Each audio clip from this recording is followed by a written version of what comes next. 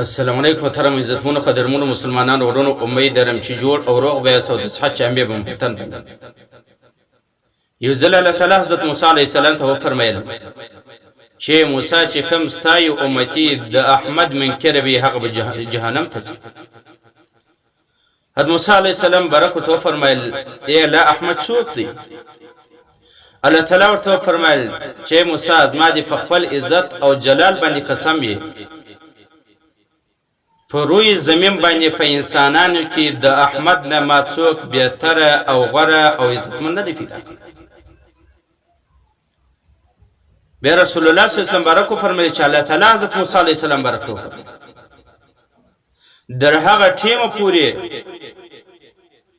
و جنت ته ټول انبیا نشي داخلېدای نشي ننوتی چې ټول څو پورې رسول الله صلی الله علیه وسلم برک نه داخل شوی نه پر ټولو امتو باندې د جنت ننوتل حرام دي در څو پورې چې د رسول الله صلی الله علیه وسلم مبارک امت نه. حضرت موسی علیه السلام برکت فرمایي عرض کوي الله تعالی ته چې الهی رب العالمین ما دغه امت یې سو ګرځو. الله تعالی ورته فرمایي چې موسی ته ډیر مخکې هغه ډیر وسره راغی.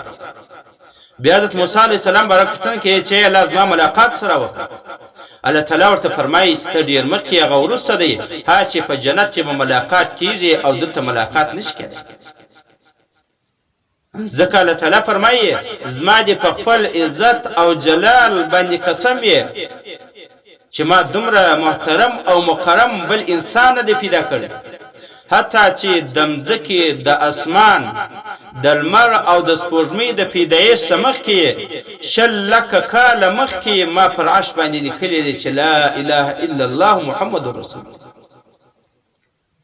د مځکې د لمر سپوږمۍ او اسمان د پیدایش سمخ کې الله تعالی وایي چې پر عرش باندې ما د رسول الله صلی الله علیه وسلم مبارک نوم لیکلی.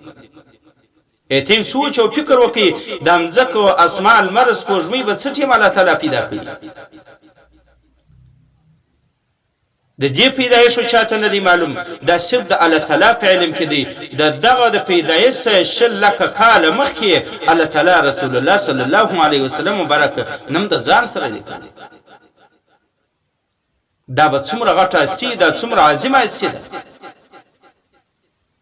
ورفعنا لك ذکرک ځکه الله تعالی فرمایي زه به ستا شان لوړوم.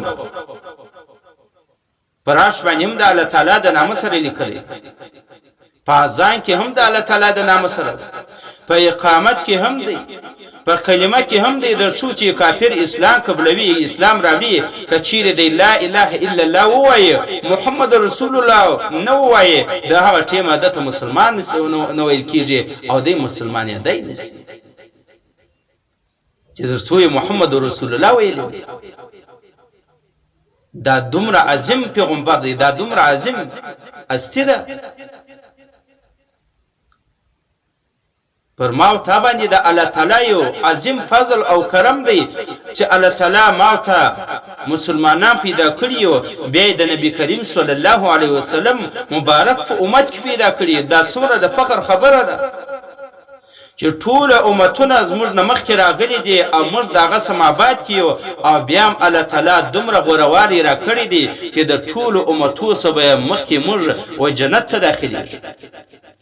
ځکه حضرت موسی علیه السلام ته منا کوي، خواهش کوي چې کاش کې زه دغه نبی امتی وایم.